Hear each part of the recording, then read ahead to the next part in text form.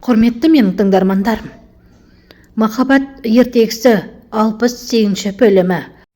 Салих Сараға тосынсый жасамақшы болып, яғни ғашықтар күнін тойлауға апара жатыр. Бірақ Сара жай ғана тамақтанамыз деп ойлап жатты. Бірақ Салих оған тойлаймыз деп айтты. Жанфиза мен Макер бірге оңаша тауға бара жатыр.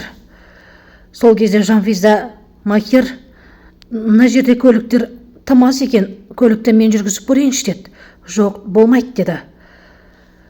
Такси тоқтап қалып, Севданың таксиі жолда тоқтап қалды, яғни бұзылып қалды. Сөйтті де: «Маған такси тауып берші, әуежайға кешігетін болдым» деді. Сол кезде бір таксиді тоқтатты. Ол таксиде Ферман бар еді. Бірақ оны Севда көрмеді. Кейін көлікке отырған кезде екеуі бір-бірін көрді. Сол кезде Ферман: «Севда, саған тосынсый жасамақшы болып едім. Сен қайда бара жатыр едің?» деді. «Урфаға, сенің артынан» деді. «Мен саған ешкімге айтпай тосынсый болып келдім. Жүргізуші таксиде саған өз рөлін ойнап шықты. Рахмет» деді. «Сәлім, мен Рашид Савашқа Макер мен Күршетті өлтір» деді. «Сол кезде саған Жанфизаны алып берем» деді. Ал оның барлығын, Саваштың сөйлесіп жатқанын, анасы Мавиш барлығын естіп тұрды сыртынан. «Мен саған мекен жайды берем» деді Рашид. «Сол кезде барып шаруаны тындырасың» деді. «Маған Жанфизаны алып берсең болды» деді. Сол кезде анасы келіп: «Саваш, сен не білдірмекшісің?» деді. «Айтпады деме, қазір Күршетке бәрін айтып берем» деді. «Балаңның жаназасы шықсын демесең, ешкімге ештеңе де үндемейсің» деді.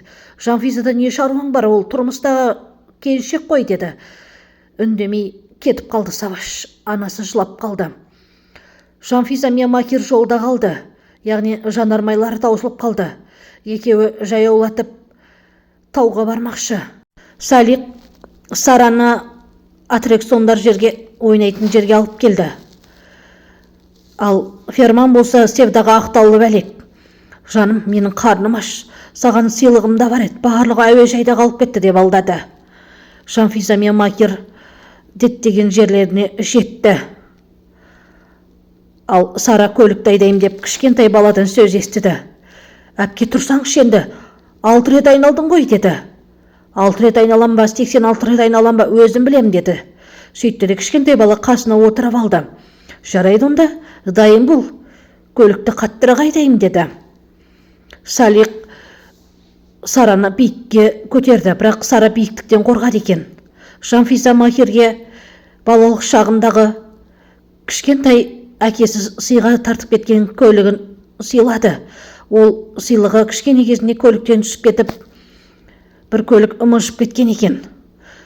Макер оны көріп риза кейіппен бақытты болды. Сүрия Мехметке деген махаббатын, сағынышын айтып отқанда есікте Мехмет кіріп келді. «Мехмет, сен бе?» деді. «Иә» деді. «Сен келдің бе?» деді. «Мен ешқайда да кеткен жоқпын ғой, сені тастап» деді Мехмет Сүрияға. Макер де Жанфизаға өз туған күнде сыйлық жасады. Сара биіктіктен түскен соң басы айналып лоқсый бастады. Сөйтті де Салихтың үстіне құсып жіберді, бірақ жаман ыңғайсызданды. Ферман Севданы үйге әкеліп тастап: «Жаным, енді мен әкеме айтпай келдім, үйге кіре алмайым» деді. «Жарайды» деп қолына ақша ұстатты, және де кафеден кауаптың барлығын салып алған, яғни Ферман Эфсанеге апарып берем деп ойлады. Екеуі қоштасты. «Мен қайта келем» деді. «Сау бол жаным» деді.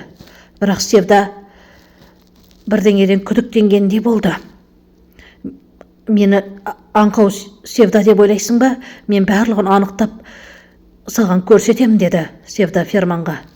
Ферман бір адамды көлігіне отырғызды, яғни бір онша емес. Макер мен Жанфиза алғашқы түндерін өткізді. Макер Жанфизаға: «Мен саған әрдайым қорған боламын. Саған ешкімді де қол ұшын тигізуді жол бермеймін» деді. Севда жаурап отқан кезде есікті біреу тақылдатты. «Кім? Ферман, сүйіктім, сен бе?» деді. «Жоқ, менмін, сүйіктің бола саламын» деді мына бір бөтен еркек. Оны естіген Эфсане қорқып кетті. Ферман жаңа күдікті адамды алып келгенде Ол пышақ тақап, қалтаңда не бар, барлығын шығар деді. Ақшасында сағатына барлығын алды да оны ферманда пышақтап кетті. Көмектесіңдер маған, көмектесетін кім бар деп, бірақ ешкім де жоқ еді. Айдалада қалып кетті ферма пышақталып. Ал Эфсане болса қорқып әлі тұр. Ол адам жаңа ішке кірді. Эфсане терезеден секіріп түсті. Фильмнің жалғасы бар.